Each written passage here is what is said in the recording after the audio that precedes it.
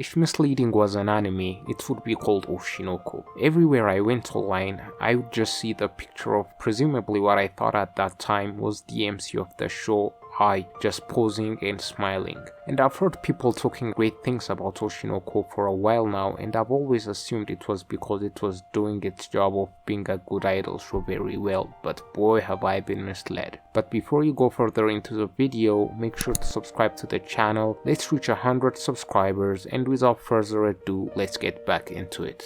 Oshinoko has a lot going for it. It amazes me that it achieved that with the premise that it has, because that premise was wild, but I'd be lying if I didn't say it also evoked your intriguement. The one thing that misled me that Oshinoko was not going to be an idol show or a rom-com was not just how it was presented, but also that it was written by the same author who did Kaguya-sama. But then again, I should have seen it coming, because Kaguya-sama is not your average rom-com and it tackles mature themes that you won't expect from it. But in Oshinoko, Aka Akasaka takes that misdirection to a whole other level. The posters, the cover pages, all of it was meant for us to think that this is a cutesy idol show, and a good one at that, because why would it be getting all the hype and attention? But I had no idea all the praise it was getting was because of the plot shift that happens of it turning into a psychological thriller. If you haven't been spoiled while watching the first episode of Oshinoko, you can't tell me you saw that coming.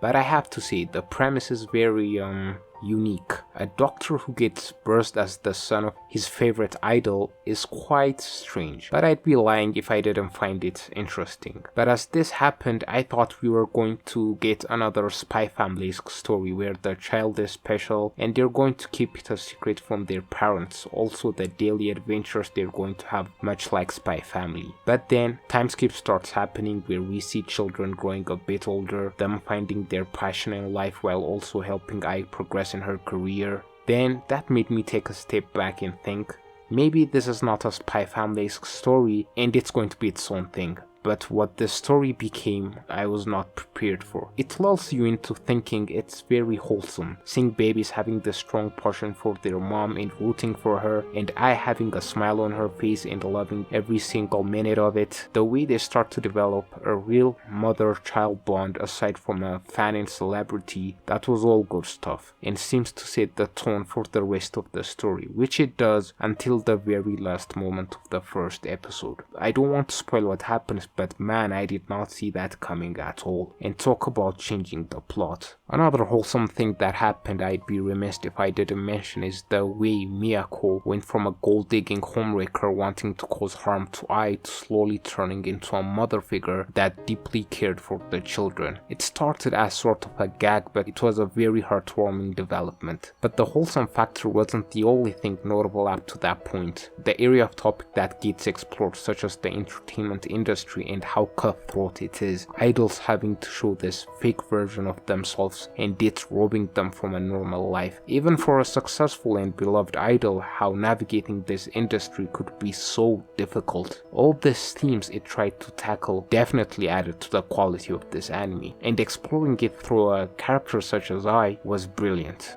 Ai's journey was very tragic for me. The father of her children not caring about them, also her getting abandoned as a child by her parents and not experiencing love, her inheriting that trait and unable to know if she could even truly love anything, and that leading her to be afraid of saying I love you to her own children because she might not mean it. Damn, that definitely got me in the feels. And I have to say, the stalker aspect of this story was well done. I know there are other anime that have explored this thoroughly, such as Perfect Blue, but Oshinoko, in my opinion, brought to light the downside of being famous in a manner that exceeds those shows. I could only imagine the amount of people who are famous or influential who watch Oshinoko and relate to some of the topics that are addressed. I'm sure it means a lot to them because man, that world is toxic AF. The strength of Oshinoko is, in my opinion, it tackling the topic of the underbelly of the entertainment world in the fashion that it does. It kinda makes you think twice before you try and dabble in this world, and puts into perspective why many mangaka or influential people are very private. I'm very glad that I waited for the anime to come out, and not read the manga because I'm more of an anime watcher these days than I am a manga reader, so every time these highly acclaimed IPs get adapted, I'd rate them being vastly inferior to their manga counterparts, and I'm glad that is not the case with Oshinoko. And people are saying the anime surpasses the manga, so I'm glad that's the case. And another thing I'd like to add is the passion and care the team behind this anime are giving it. You know an anime is going to be special when the first episode is going to be more than 20 minutes long. The first episode of Oshinoko is 1.5 hours and adapted the entire first volume of prologue and presented it with amazing animation that surpassed its source material, and I'm very glad that I'm an anime only for this one.